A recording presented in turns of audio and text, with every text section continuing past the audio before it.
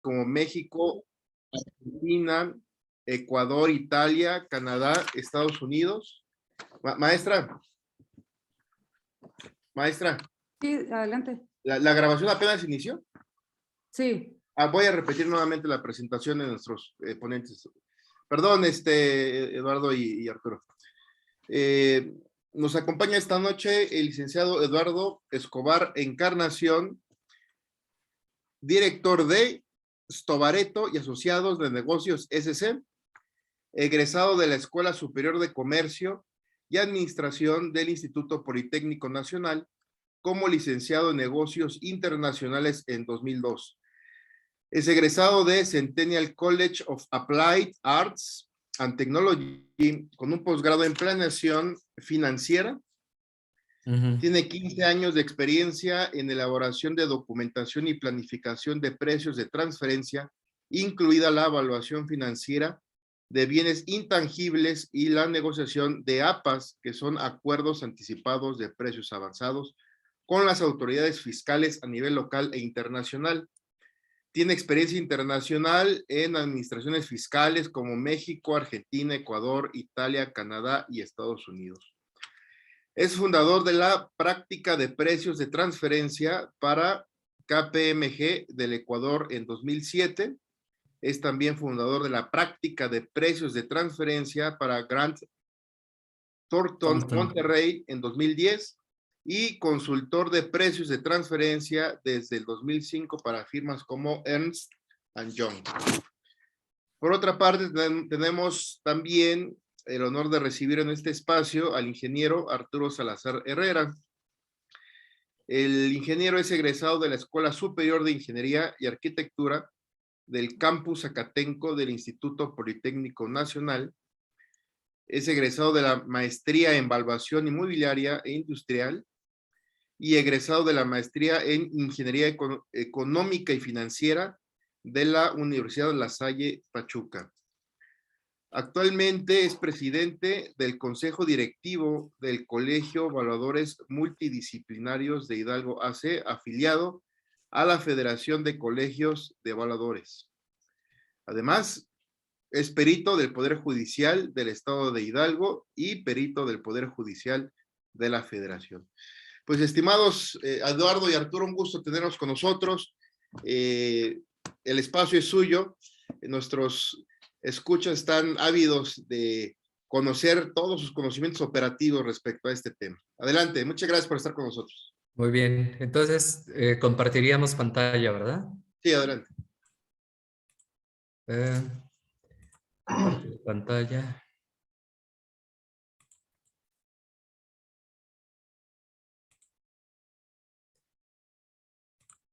No sé si estén viendo mi pantalla. Sí, ya, ahí está. Ya. Perfecto. Bueno, como dijo el maestro Alfredo Calderón, nosotros vamos a estarles hablando de un par de temas que son, primero, los precios de transferencia y posteriormente el ingeniero Arturo nos ilustrará con sus conocimientos en relación a la evaluación de activos intangibles, como son las marcas y las patentes. Un servidor, Eduardo Escobar, les voy a hablar acerca del tema de precios de transferencia, el cual pues es un tema que ha venido teniendo cada vez una mayor relevancia y bueno, vamos a partir de lo general a lo particular pues sin ahondar mucho en cuestiones técnicas, pero para que se entienda quizá desde una perspectiva operativa, guión legal, de qué se trata este tema, ¿no? El precio de transferencia, ¿qué es? En sí es un régimen fiscal que lo encontramos contenido en la ley del impuesto sobre la renta. Pero digamos a nivel conceptual, un precio de transferencia es el precio al cual una empresa o una persona física transfiere propiedad, ya sea tangible o intangible, así como bienes y servicios a otra persona que también es una persona relacionada. Por ejemplo, una empresa que provee un servicio de outsourcing a otra empresa cobra por ese servicio y ese cobro por ese servicio se define como un precio de transferencia. Si tenemos, por ejemplo, una empresa manufacturera que adquiere inventario de otra empresa para vendérsela después a un tercero independiente, pues primero tiene una compra por ese inventario que posteriormente manufactura y vende a un tercero independiente. Entonces, tanto de un lado como de otro, tenemos precios de productos, de mercaderías, de mercancías, que en este sentido pueden ser bienes terminados, bienes semiterminados, propiedad intangible, marcas, patentes. Se puede cobrar por el usufructo de una marca, de una patente, se puede pagar por un servicio y este servicio pues puede ser de diferente índole, ¿no? Puede ser, por ejemplo, un servicio de tipo financiero o puede ser un seguro, un reaseguro, productos derivados, etc., etc., etc. Entonces, los precios de transferencia aplican en este sentido, ya hablando, aterrizando el tema a un sentido, digamos, fiscal, para personas tanto físicas como morales que llevan a cabo, primero que pertenecen al mismo grupo corporativo y segundo que llevan a cabo operaciones entre ellas. Porque lo que ocurría es que antaño estos grupos enviaban utilidad hacia administraciones fiscales con una carga o con un grado menor de imposición fiscal, pues, y esto daba pues lugar a la evasión, a la elusión fiscal. Entonces, es a partir de los años, a partir del 95, si hablamos en el caso concreto de México, que México, al ser parte de la Organización para la Cooperación y Desarrollo Económico, incorpora en su cuerpo de ley, en un afán de transparencia fiscal y financiera, todo un, digamos, cuerpo técnico de conceptos para evitar este tipo de estrategias artificiosas que afectaban, pues, a las diferentes administraciones fiscales. Entonces es así como surge el régimen de precios de transferencia. Entonces, ¿qué quiere decir? Que yo como empresa ya no puedo vender al precio que yo determine de manera arbitraria a mis partes relacionadas un producto, un bien o un servicio, porque esto ya está regulado. ¿Cómo está regulado? Pues a través de la implementación del principio de valor de mercado, que también le llamamos principio de asimilación a empresas independientes, pero para términos más sencillos llamémosle valor de mercado. ¿Qué quiere decir? Que yo, si tengo una empresa hermana que pertenece al mismo grupo corporativo y decido venderle inventario, ya sea producto terminado, semiterminado, materia prima, para que posteriormente la otra entidad lo incorpore a un proceso productivo o simplemente lo distribuya en un mercado X, pues ese precio tiene que estar a valor de mercado. Entonces, el contribuyente tiene la carga de la prueba en el sentido que tiene que demostrarle a la autoridad fiscal que el precio al cual le vendió el bien o servicio de que se trate a su empresa hermana, pues está pactado a valor de mercado.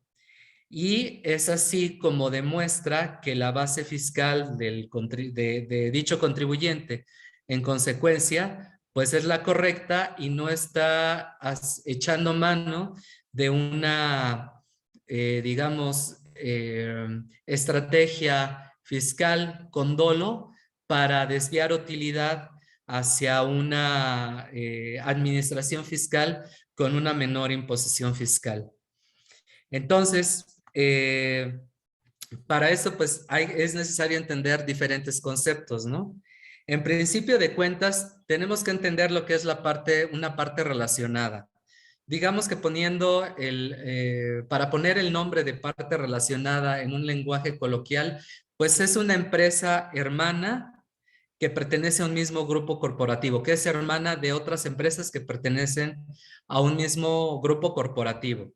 O una persona física también, que en este sentido pues puede ser el accionista o el socio de la empresa, o el dueño, o como le queramos llamar, o como esté configurado, ¿no? Entonces, para efectos legales, decimos que dos o más personas son relacionadas cuando una participa de manera directa o indirecta en la administración, control o capital de la otra. Por ejemplo, el capital creo que es algo muy, pues que es bastante lógico, ¿no? Si una empresa que es una holding o una tenedora es dueña de otra empresa, eh, pues estas dos empresas, evidentemente que por participación accionaria, son partes relacionadas. También existe la participación accionaria no solamente directa, sino indirecta. Por ejemplo, cuando tenemos una empresa tenedora que también es dueña o que digamos que es dueña de dos empresas, y aunque estas dos empresas que están abajo no participe una de la otra en cuestión de capital de manera directa, si ellas llevan a cabo operaciones entre ellas, aunque no tengan participación accionaria directa, el hecho de que ambas sean propiedad de una empresa, de una misma empresa holding, las convierte en partes relacionadas por el hecho de pertenecer a esa entidad, y aunque entre ellas haya una relación digamos, de capital indirecta. O sea, es tanto, digamos, tanto directa como indirecta. Ahorita vamos a ver un ejemplo ilustrado para que esta parte quede más clara. Hablamos de control. Pues el control existe cuando una entidad tiene poder sobre una entidad, sobre otra entidad, perdón, en la que participa, sobre todo en lo referente a dirigir sus actividades relevantes, ¿no? Y por este control, pues la empresa, digamos, de qué se trate, tiene derecho a rendimientos variables en dependencia del nivel de control que ejerza sobre otra empresa. Hablamos de influencia significativa también, que en este sentido no lo tenemos aquí, que es el poder de participar en las decisiones y en las políticas, tanto financieras y de operación de una entidad. Entonces, bajo estos conceptos, se configura la relación económica y legal de las partes para considerarse bajo la legislación mexicana como partes relacionadas. Por ejemplo, el artículo 90 de la ley de ISR dice de manera expresa que se considera que dos o más personas son partes relacionadas cuando una participa de manera directa o indirecta en la administración, control o capital de la otra. O cuando una persona o grupo de personas participe directa o indirectamente en la administración, control o en el capital de dichas personas, o cuando exista vinculación entre ellas de acuerdo con la legislación aduanera. En este sentido, pues ya hablamos de lo que es capital, ya hablamos de lo que es control y ya hablamos de lo que es influencia significativa. Para entender esto, por ejemplo, ¿cuándo hay control o influencia significativa? Cuando, por ejemplo, existe una misma persona que es parte del consejo de administración de una empresa B, pero también es parte del consejo de administración de una empresa A. El hecho de que esta misma persona sea parte del consejo de administración tanto de una empresa como de la otra, convierte para efectos mexicanos a esas dos empresas en partes relacionadas. Un ejemplo de control, por ejemplo, que pues es un poco más difícil de demostrar, pero que se da mucho en la práctica, es cuando, por ejemplo, una empresa depende en gran medida de un proveedor digamos, por poner un ejemplo, en un 80%.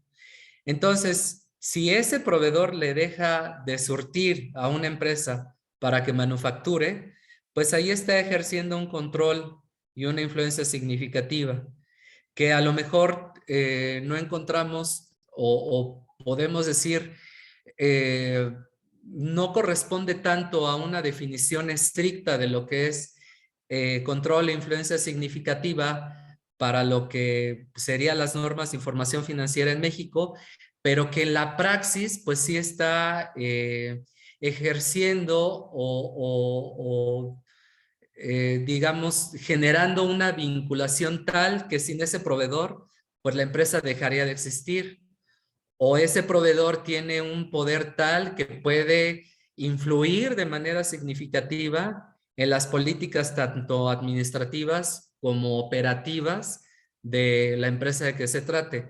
Entonces, en este sentido, aunque no sean partes relacionadas, digamos, por un tema de capital o tenencia accionaria, pues sí podrían llegar a considerarse como partes relacionadas por el tema de control e influencia significativa.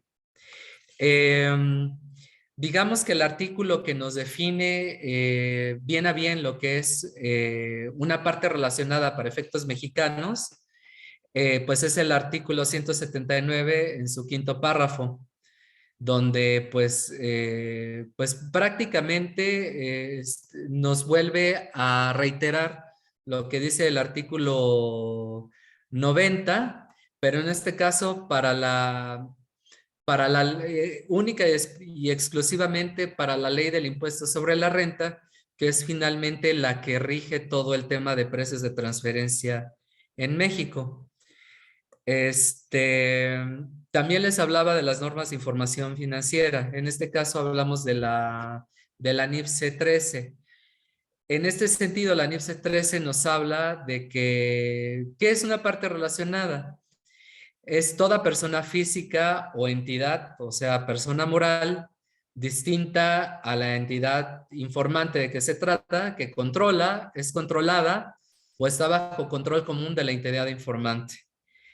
Ejerce influencia significativa, de lo cual hemos hablado anteriormente, y es un familiar cercano. En este sentido, un familiar cercano para efectos de la NIFC 13 se considera hasta el cuarto grado en línea ascendente,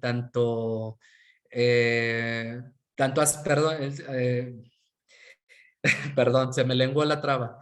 Se considera familiar hasta el cuarto grado de manera ascendente y descendente en línea vertical, así como lo que es el cónyuge, el concubino, hijos y hermanos. Esto para la NIFC 13 es lo que se considera un familiar. Entonces, por ejemplo, si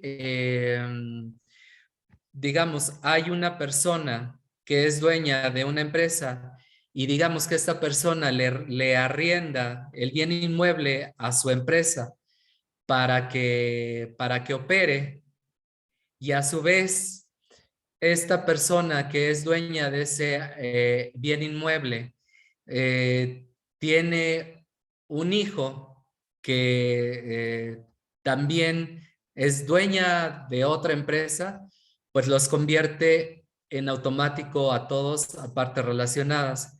Entonces, por ejemplo, si esa persona que es el hijo del socio de esta empresa, para la cual arrienda un buen inmueble, lleva a cabo una operación, no sé, le renta la maquinaria o el equipo, pues entonces ahí se está generando la vinculación entre las partes, y en el momento en que ellos llevan a cabo operaciones, pues esas operaciones se vuelven operaciones entre partes relacionadas, consideradas así para la ley mexicana. En este caso tenemos un ejemplo de una operación entre partes relacionadas extranjeras. Por ejemplo, tenemos una empresa Z que está en Canadá, que digamos que es la holding o tenedora y que posee el 100% de las acciones, tanto de la empresa X, que está en Monterrey, en México, y la empresa Y, que está en Pachuca. Por ejemplo, si hablamos de vinculación entre estas partes, pues la empresa Z con respecto de la empresa X tiene una vinculación a través de tenencia accionaria directa, lo cual sería el mismo caso entre la misma empresa Z y la empresa Y. Pero digamos que la empresa X y la empresa Y tienen una vinculación a través de participación accionaria indirecta en virtud de que ambas pertenecen a la empresa Z que está localizada en Canadá. Si, por ejemplo, la empresa X, que está localizada en Monterrey, fabrica, por ejemplo, grúas o lifting equipment, equipo de levantamiento pesado, y se lo vende a la empresa Y, que está localizada en Pachuca, pues en este caso la empresa X tiene un ingreso en virtud de que tiene una venta de inventario manufacturado por ella misma, mientras que la empresa Y tiene un gasto o una erogación en virtud de que está adquiriendo el inventario manufacturado o producido por la empresa X. Entonces, si queremos documentar esto, porque ambas tendrían la obligación de documentarlo, y en un momento más hablamos concretamente de cuáles son las obligaciones en materia de precios de transferencia, pues la empresa X tendría que documentar un análisis por una venta de inventario manufacturado, mientras la empresa Y tendría que producir o elaborar un análisis por una compra de inventario adquirido para distribución. Queriendo decir que la empresa X en este sentido es una empresa manufacturera y la empresa Y es una empresa comercializadora. También en virtud de que la empresa Y pues vende el inventario adquirido de la empresa X a clientes externos que son terceros independientes y que no están vinculados con ella. Entonces, aquí tenemos un ejemplo de una operación con partes relacionadas extranjeras. En este sentido, pues el precio cargado de la empresa X a la empresa X tendrá que demostrarle a la autoridad fiscal mexicana que, que su ingreso está pactado y está llevado a cabo de facto a valor de mercado. Y la empresa Y tendrá que demostrarle al SAT en México que su compra, que en este caso es una deducción autorizada para efectos fiscales, también está pactada a valor de mercado, conforme lo indica el artículo 76 de la Ley del Impuesto sobre la Renta. ¿Qué pasa con la empresa Z que está en Canadá? Pues esta vende inventario manufacturado tanto a la empresa X como a la empresa Y. Y vamos a suponer que también la empresa Z le vende materia prima a la empresa X. Entonces, la empresa Z en Canadá tendrá que demostrarle al CRA de Canadá, que es, digamos, el SAT en México, que esa venta está pactada a valor de mercado. Entonces, ella tendrá que hacer un análisis que tenga que ver con sus funciones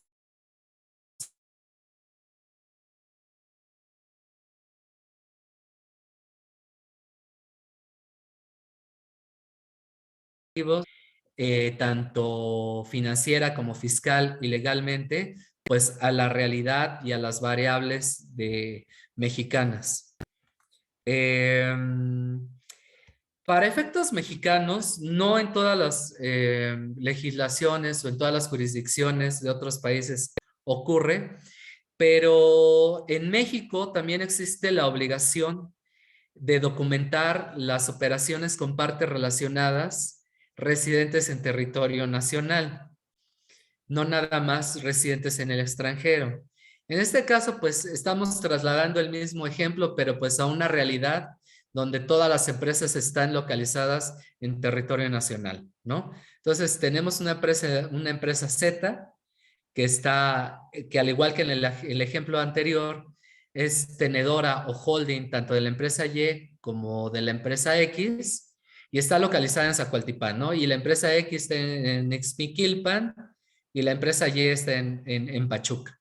Si la empresa X está en Ixmiquilpan y es la que compra el inventario, digamos, de materia prima y con esa materia prima manufactura y después vende a su empresa hermana localizada en Pachuca, pues tanto la empresa Z en Zacualtipán como la empresa X en Ixmiquilpan como la empresa Y en Pachuca, aunque todas estén localizadas en México, cada una tendrá que tener documentado su estudio, su documentación comprobatoria, donde demuestren que los precios a los cuales se están vendiendo, pues están a valor de mercado y en consecuencia, pues su base fiscal es la correcta para efectos fiscales.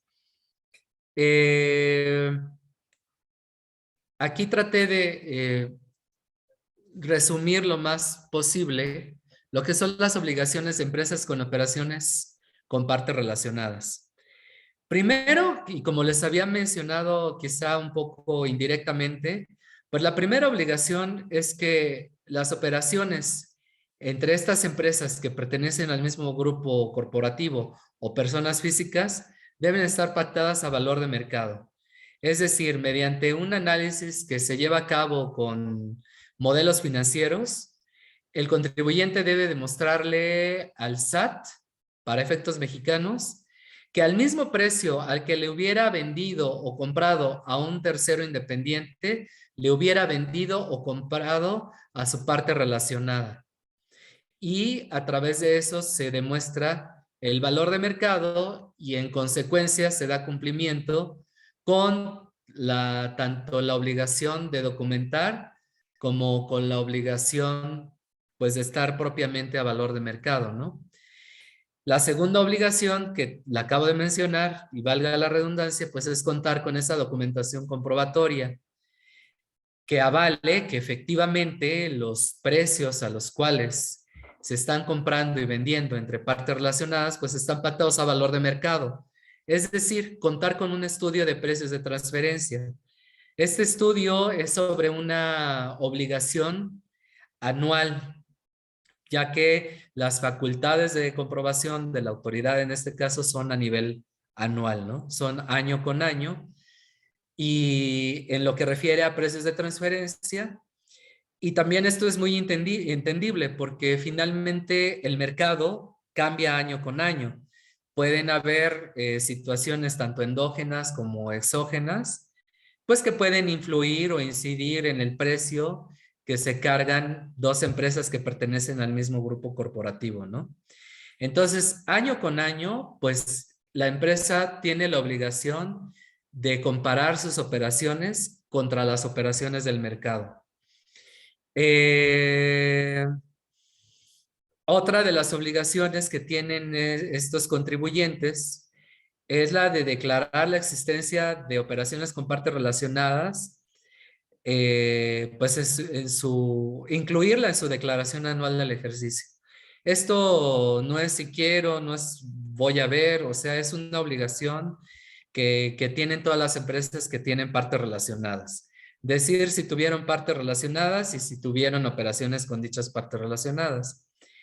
Y como había comentado, el EPT, o sea, el estudio de precios de transferencia o documentación comprobatoria, se debe elaborar año con año. Aparte de esto, y derivado de la reforma fiscal del 2020, se debe presentar en lo que es el anexo 9 de la declaración informativa múltiple. En dicha declaración informativa múltiple se debe declarar pues tanto el método para llegar al valor de mercado que se determinó, como unos rangos. Nosotros nos manejamos por unos rangos que son unos rangos intercuartílicos. que en este sentido pues son una herramienta estadística y financiera que utilizamos en nuestros modelos financieros, también con base en el artículo 302 del Código Fiscal de la Federación. Y pues en esa declaración, en ese anexo 9 de la Declaración Informativa Múltiple, pues se debe declarar todo esto operación por operación. En ese sentido, a mí me gustaría mencionar que, por ejemplo, antaño lo que se hacía era un estudio como global, antes de que la obligación, digamos, se volviera más técnicamente sofisticada. Después, conforme fue avanzando el tiempo en la reforma del 2002, pues se incluyeron otro tipo de obligaciones donde la información del contribuyente debía ir presentada por segmentos, ¿no? O, o por operación. ¿A qué me refiero con esto? Por ejemplo, supongamos que tenemos una empresa que tiene una compra de inventario para manufactura. Le compra la tela, los botones y el hilo a su parte relacionada o a su empresa hermana en Guatemala. Y con eso fabrica pantalones en México y los vende al mercado nacional. Pues ahí tiene una compra de inventario para manufactura, pero también tiene una compra de inventario, pero de su parte relacionada en Estados Unidos. Pero en este caso, ella no manufactura, simplemente distribuye ese producto que le vende su parte relacionada en Estados Unidos, ¿no? Entonces ahí ya tiene un segmento de manufactura y tiene un segmento de distribución. Ah, pero resulta que la empresa no tenía, por ejemplo, capital de trabajo para operar y necesitaba invertir en maquinaria. Ah, pues le pide un préstamo a su empresa tenedora en Estados Unidos y por ese préstamo pacta una tasa de interés. También esa operación es sujeta del régimen de precios de transferencia y aunque es una operación, digamos, financiera, no empresarial, pues también forma parte del pool de operaciones con partes relacionadas.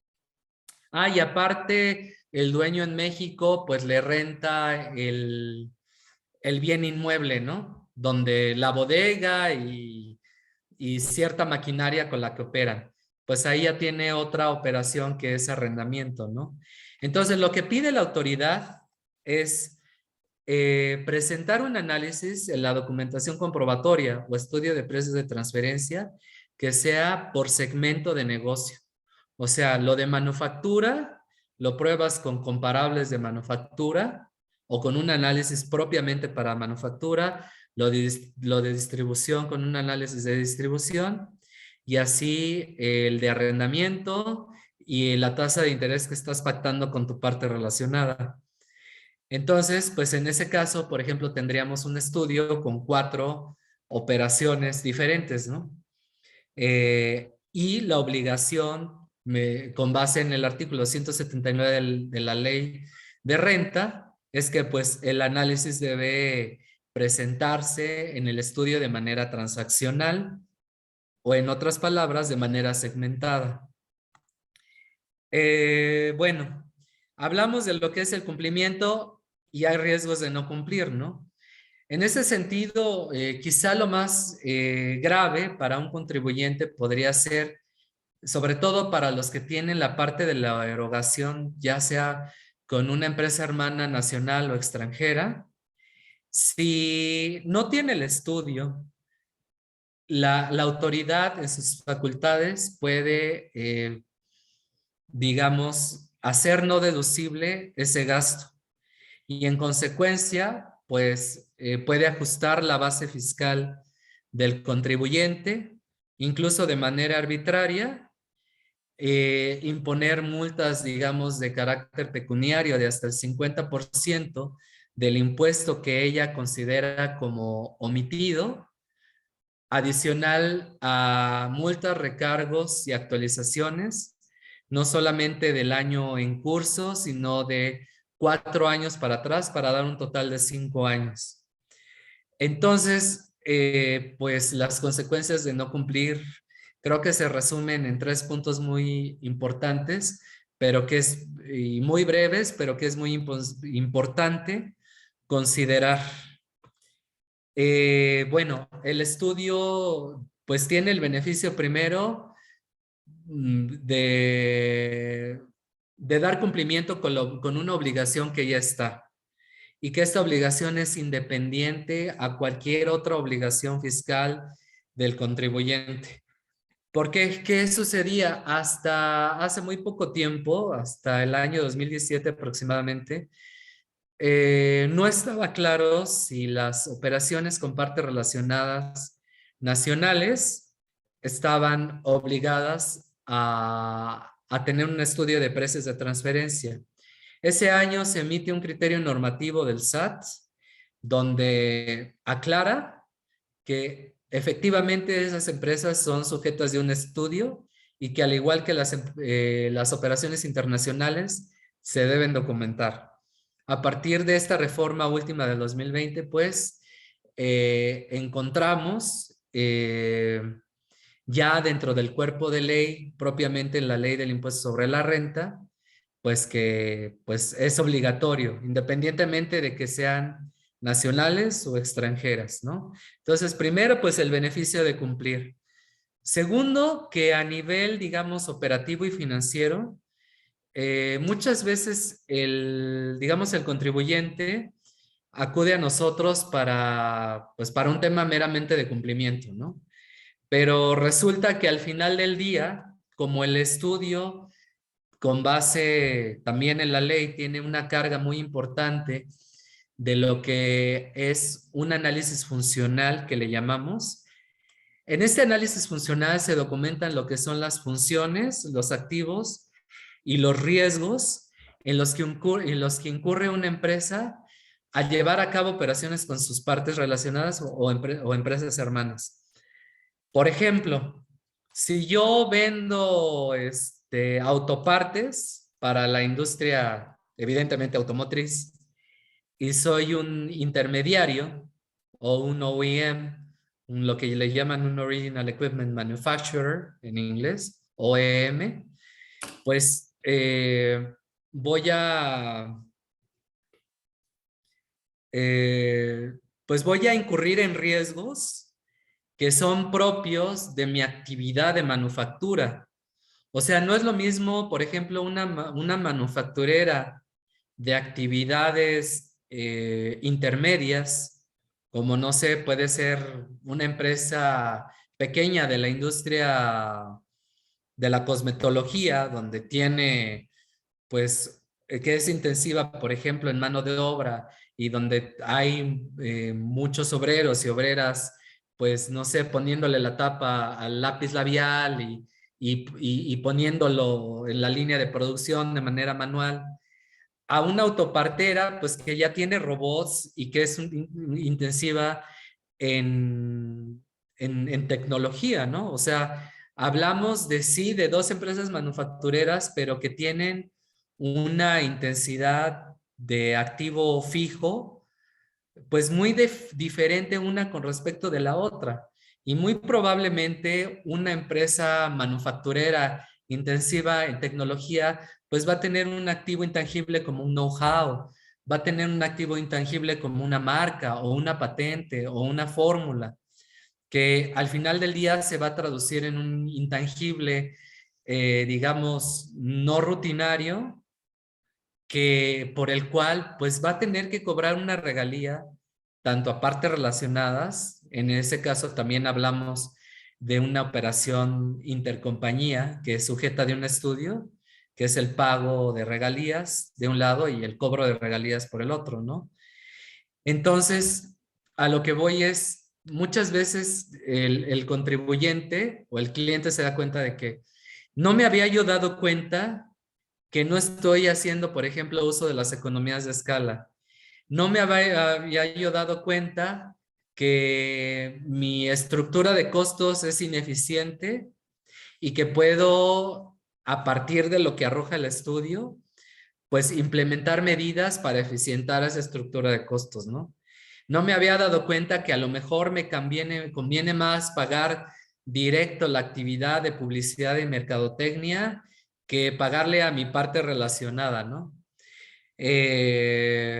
No me había dado cuenta que a lo mejor estoy dobleteando actividades o funciones, ¿no? Porque a lo mejor tengo una persona que creía yo clave, pero resulta que ese trabajo también es realizado de manera indirecta, pues por todo el equipo, ¿no?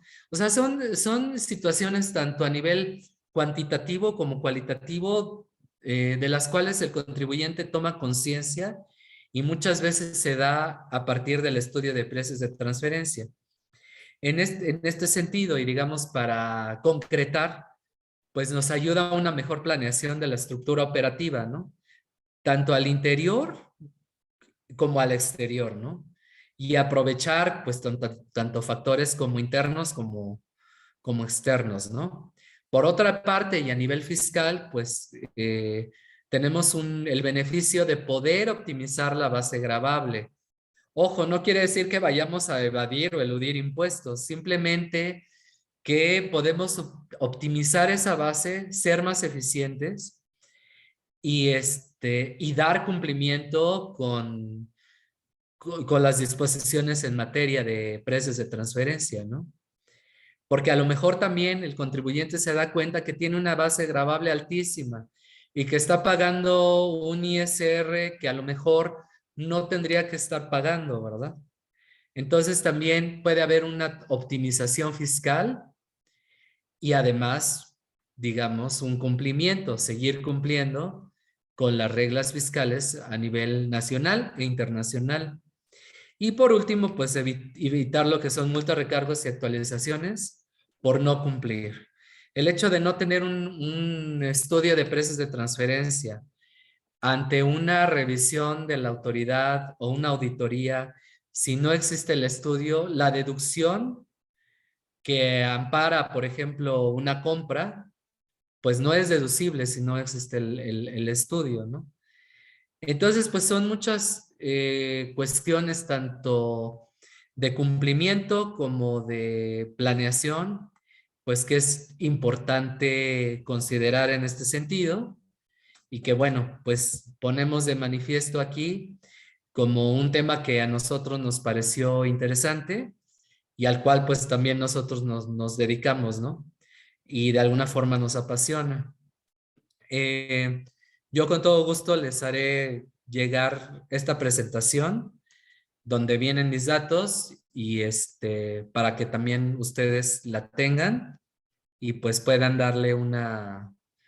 recurrir a ella conforme les convenga, ¿verdad? Pues de mi parte, esta es mi exposición. Les agradezco mucho el tiempo y su amable atención.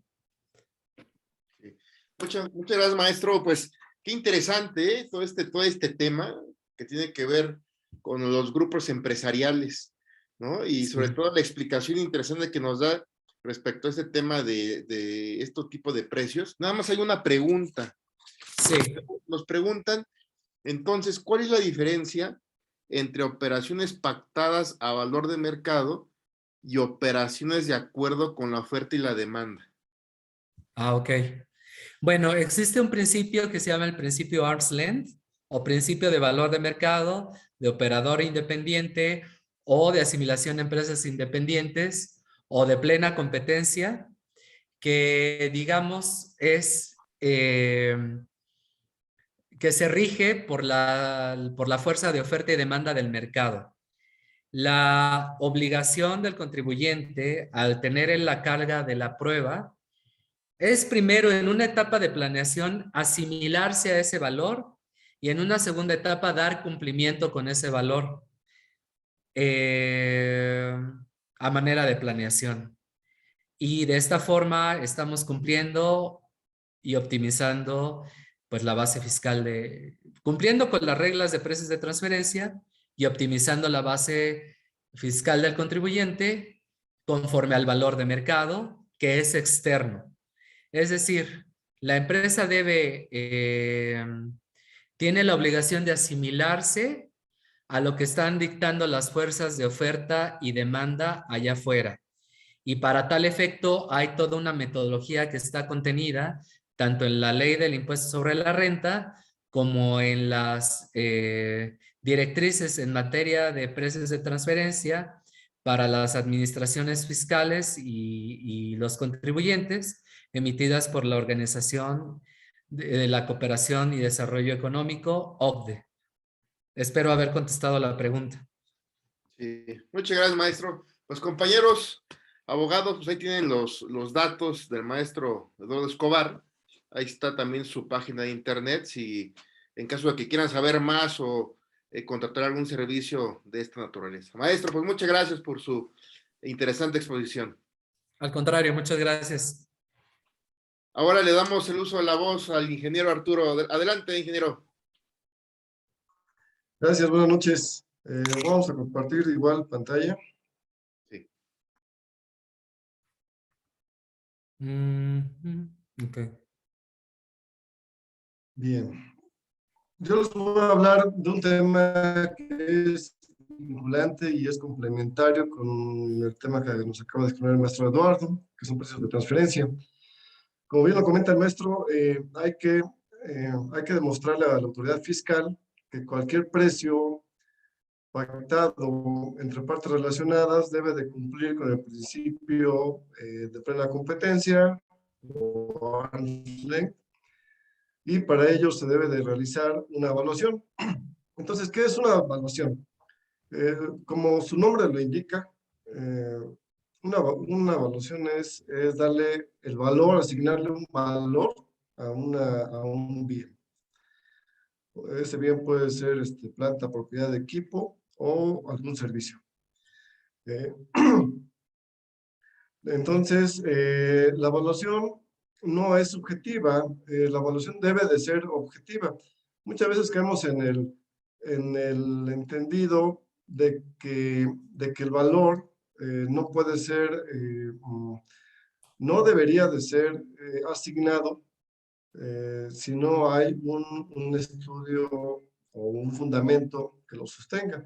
Y eso es correcto. Por lo tanto, la evaluación debe de basarse en metodologías. Hay metodologías nacionales, metodologías internacionales, metodologías oficiales, metodologías de mejores prácticas, y debe de ser realizado. Estas metodologías deben de ser ejecutadas por personal, por profesionales capacitados. ¿Ok? Entonces, básicamente, pues, la evaluación es asignar un valor monetario a un bien o servicio. Hay un marco legal. El servicio de la evaluación está regulado por leyes, por normas, por metodologías, por reglas de carácter general. Entre los más importantes está la ley del impuesto sobre la renta, famosa. Hay una norma mexicana de evaluación que se llama Servicios de Evaluación Metodología. Está disponible hoy. Todo esto es información pública. Están las normas de información financiera, están las reglas de carácter general de la Sociedad Hipotecaria Federal, las cuales son las que rigen los valores ante Infonavit o Fobiste. Hay metodologías y procedimientos del INDABIN, del Instituto de Administración y Avalúos de Bienes Nacionales, y hay otras internacionales. En Reino Unido existe el International Evaluation Standards, y en Estados Unidos the Uniform Standards of Professional Appraisal Practice, la USPA.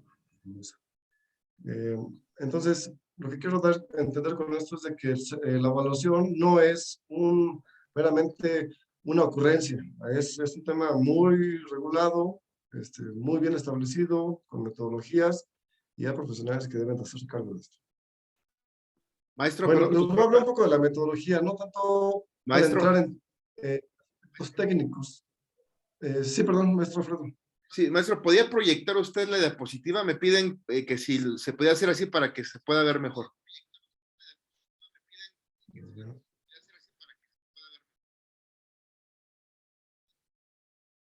Perdón, ¿sí pueden ver la Mira, diapositiva? en la parte inferior, En la parte inferior está a la casi derecha. pegado al signo de menos, en la parte inferior derecha. Ah, ya. Ahí, Ahí. ahí está. Gracias, Sí, maestro. perdón, lo tenía en ventana. Gracias. Ok, entonces, para no entrar en aspectos técnicos como tal, nada más quisiera hablarles de la metodología. Hay tres maneras técnicas de entender el valor de las cosas, bienes, productos, servicios, ¿no? Una es el enfoque de mercado. El enfoque de mercado, pues como su nombre lo dice, ¿no? Es básicamente comparar un producto o servicio con respecto a su valor en el mercado. Por ejemplo, si yo ofrezco un servicio de asesoría financiera, pues lo lógico es hacer una comparación. ¿Cuánto me cobra el asesor 1, el asesor 2, el asesor 3? Si yo vendo un coche, ¿en cuánto puedo comprar ese coche en el mercado? Hago comparativas. Y entonces ahí tenemos un enfoque de mercado. Esa es una manera de entender el valor de las cosas. Y es creo que es la más común, ¿no? Este enfoque de mercado debe de ser, no debe de contener costos que lo sesguen, como son costos de escrituración, como son costos de, eh, por ejemplo, los que venden bienes raíces, el agente de bienes raíces cobra una comisión, estos costos no deben de formar parte del valor. Es meramente el valor de las cosas y los costos adicionales, bueno, ese ya es otro tema, ¿no? Pero este es básicamente el enfoque del mercado, es un tema comparativo 100%. Bueno, aquí también interviene, hay que saber identificar qué mercado es. Por ejemplo, si yo voy a comprar un coche de agencia, no es lo mismo que comprar un coche, por ejemplo, Honda, en el tianguis de autos, ¿no? En el tianguis de autos uno va y viene el proceso de negociación, ¿no? Yo te ofrezco un 10% menos de lo que me estás pidiendo y así.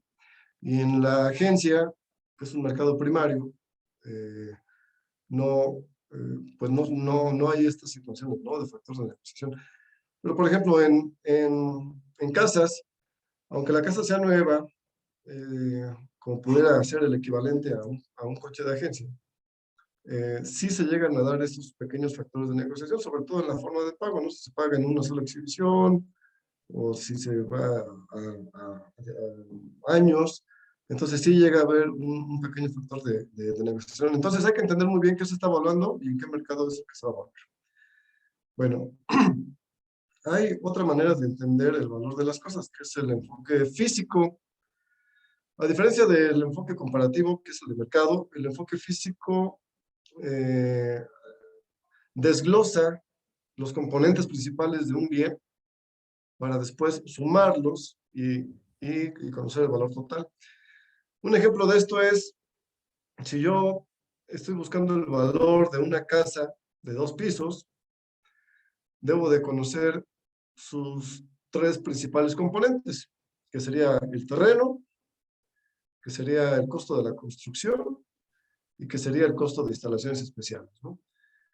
Entonces, si yo puedo deducir, cuantificar, calcular el costo del terreno, construcción y instalaciones especiales, entonces puedo concluir que el valor de este producto pues es la suma de sus 3 componentes principales, ¿no? Igual se puede hacer en una situación, por ejemplo, de un coche que no es nada común, aunque es posible, conocer el valor del motor, sus llantas, accesorios, etcétera. Ahí son muchos componentes, ¿no? Pero al final el principio o este enfoque físico es aplicable casi en cualquier situación. Ok, entonces, una manera de entender valores es comparándolo en el mercado. Otra manera es conociendo el valor de sus componentes principales. Y la tercera manera técnica de entender el valor de las cosas es mediante el enfoque de ingresos. Este enfoque de ingresos suele ser principalmente en los negocios cuando yo compro algo para arrendarlo. El clásico ejemplo es el taxi, ¿no? Hay muchos otros. Pero, por ejemplo, el taxi te deja más si lo vendes o te deja más si lo trabajas, ¿no?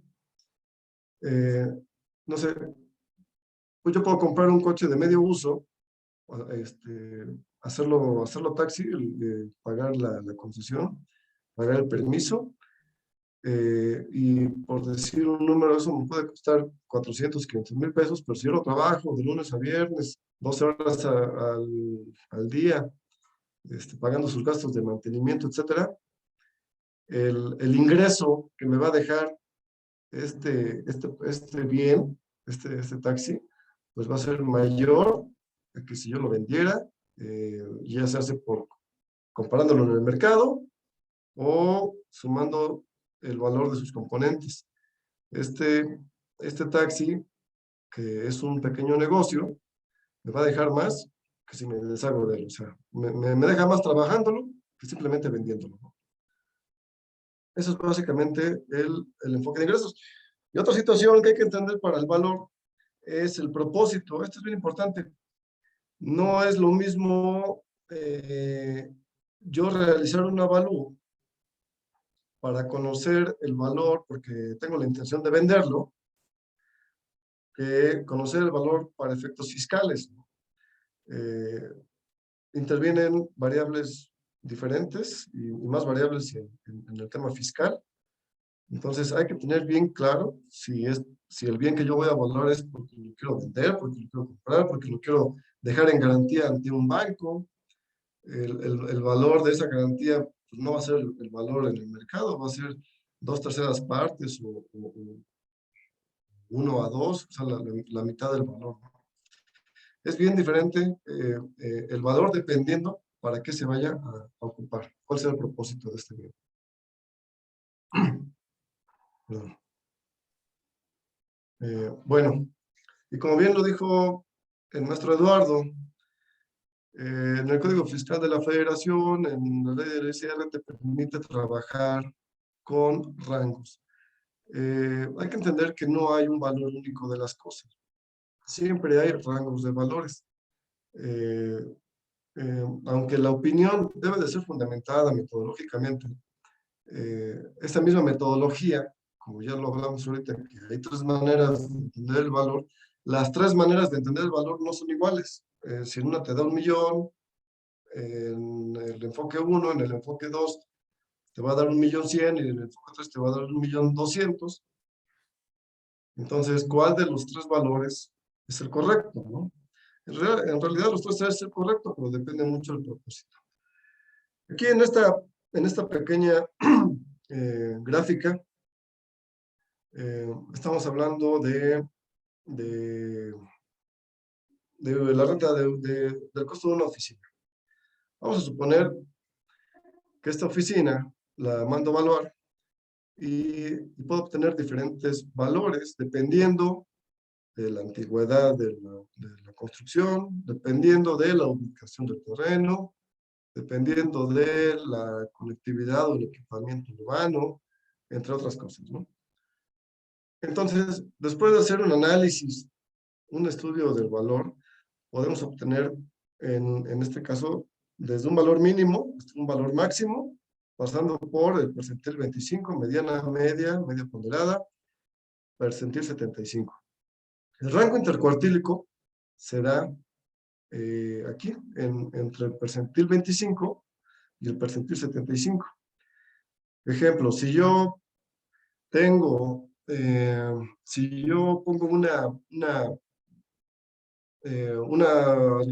un negocio, creo una empresa con un socio, con un amigo, en la cual yo tengo una nave industrial y le digo, ¿sabes qué? Vente, vamos a producir partes automotrices y porque mi intención es ser buena onda, no le cobro la renta de las instalaciones, o sea, de la nave industrial que es mía, y no es de la empresa que formé con él.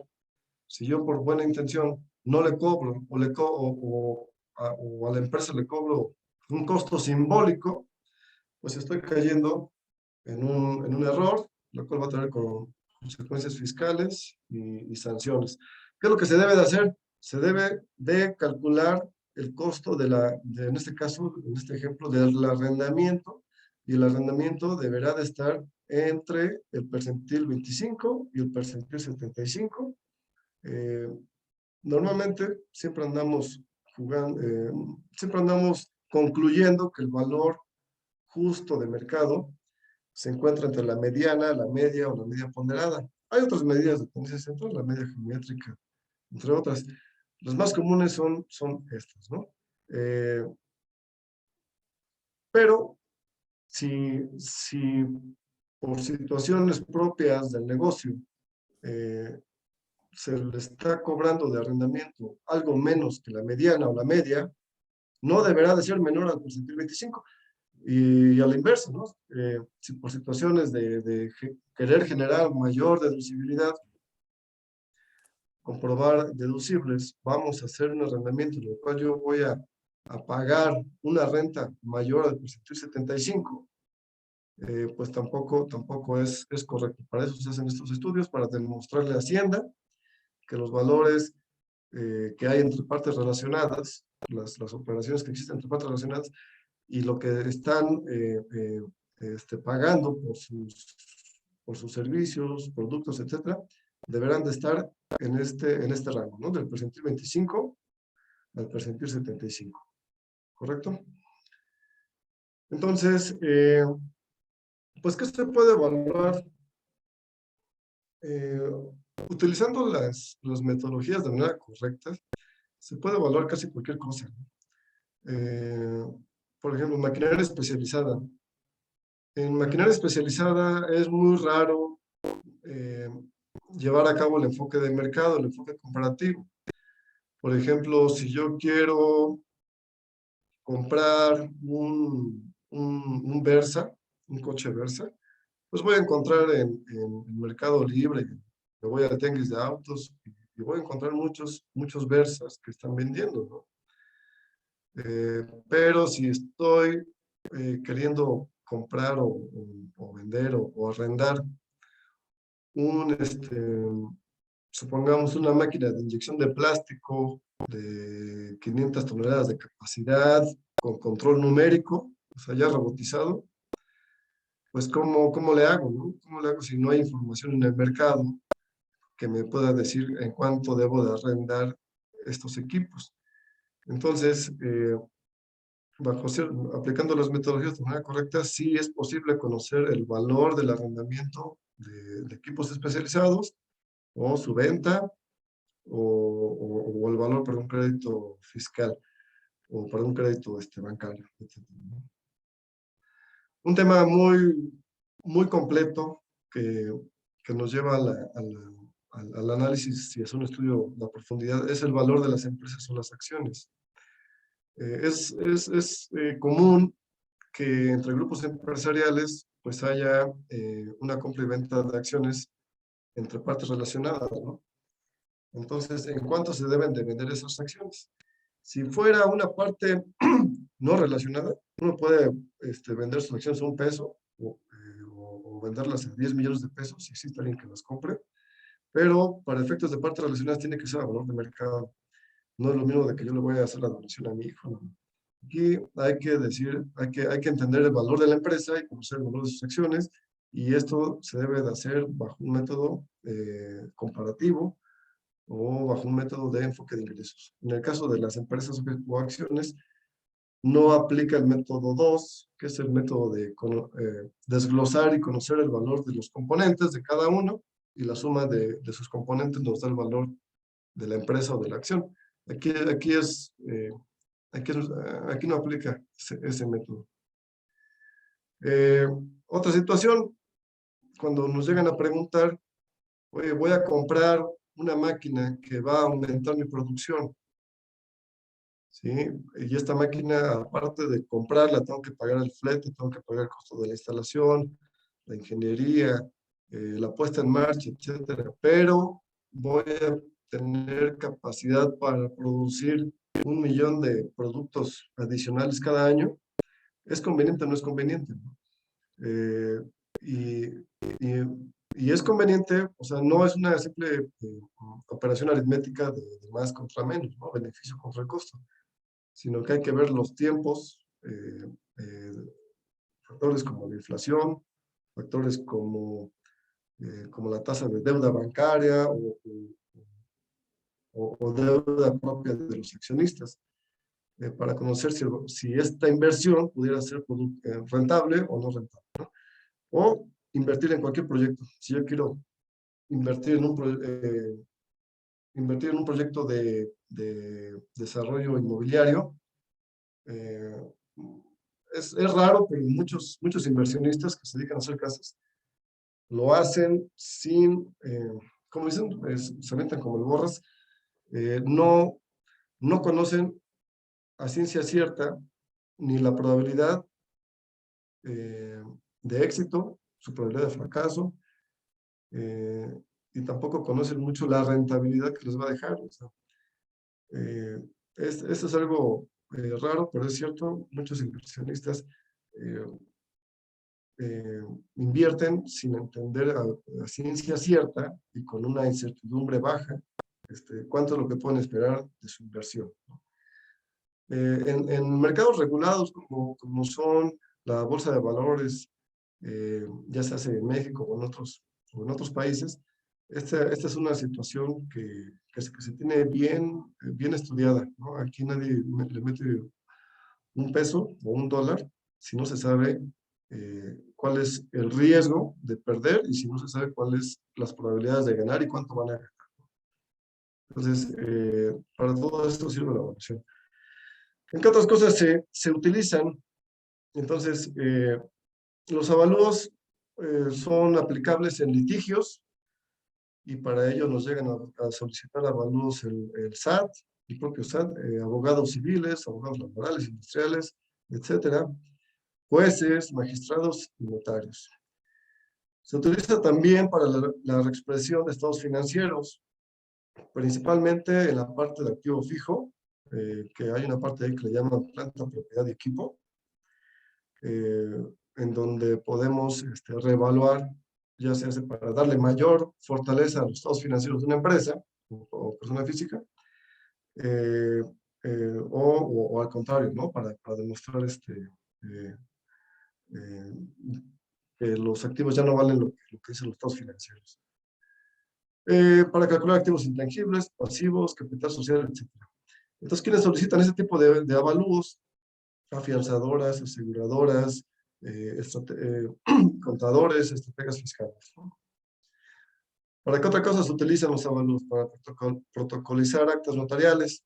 Específicamente son notarios y corredores públicos, así también como los inversionistas que van a protocolizar su acta notarial. Garantizar créditos y fianzas, pues aquí la banca comercial, franquicias, entidades financieras son los que solicitan estos avalúos. ¿Para qué otra cosa se utiliza? Para fusiones y adquisiciones de empresas.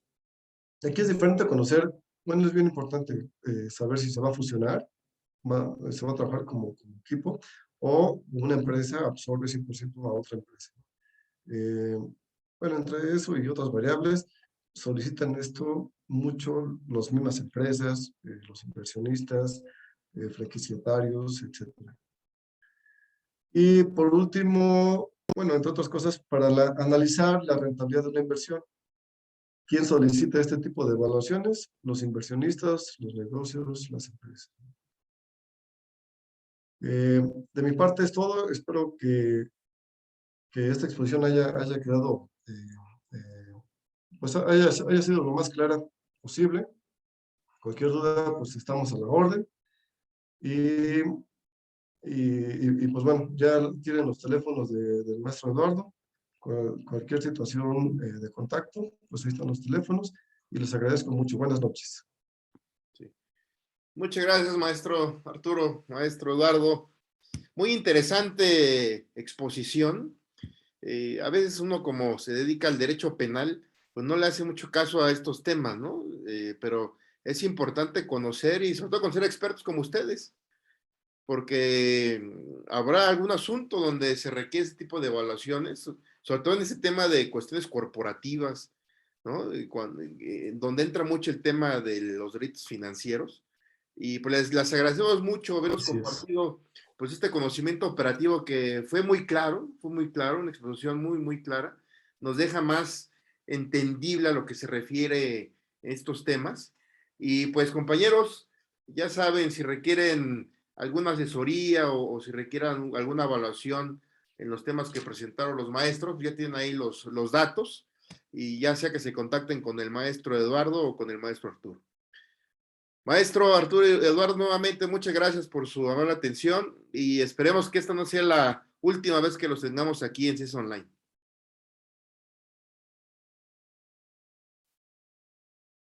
Maestro, tienes tu micrófono apagado. Ya, perdón. Muchas gracias, pues a nosotros nos honra el estar compartiendo con ustedes esta ponencia. Muchísimas gracias por su amable escucha y pues nos reiteramos a la orden. Muchas gracias, maestro. Compañeros, pues creo que se pasmó el maestro Arturo. ¿Quería comentar algo? Únicamente agradecerles y buenas noches, que todos tengan buenas noches. Hasta luego. Muchas gracias, maestro. Compañeros, pues hemos llegado al final de esta sesión. Los esperamos para la próxima semana. Estén pendientes para que sepan ustedes qué otras voces importantes de nuestro país van a hablar de temas operativos, sobre todo para el ámbito profesional. Muchas gracias y buenas noches.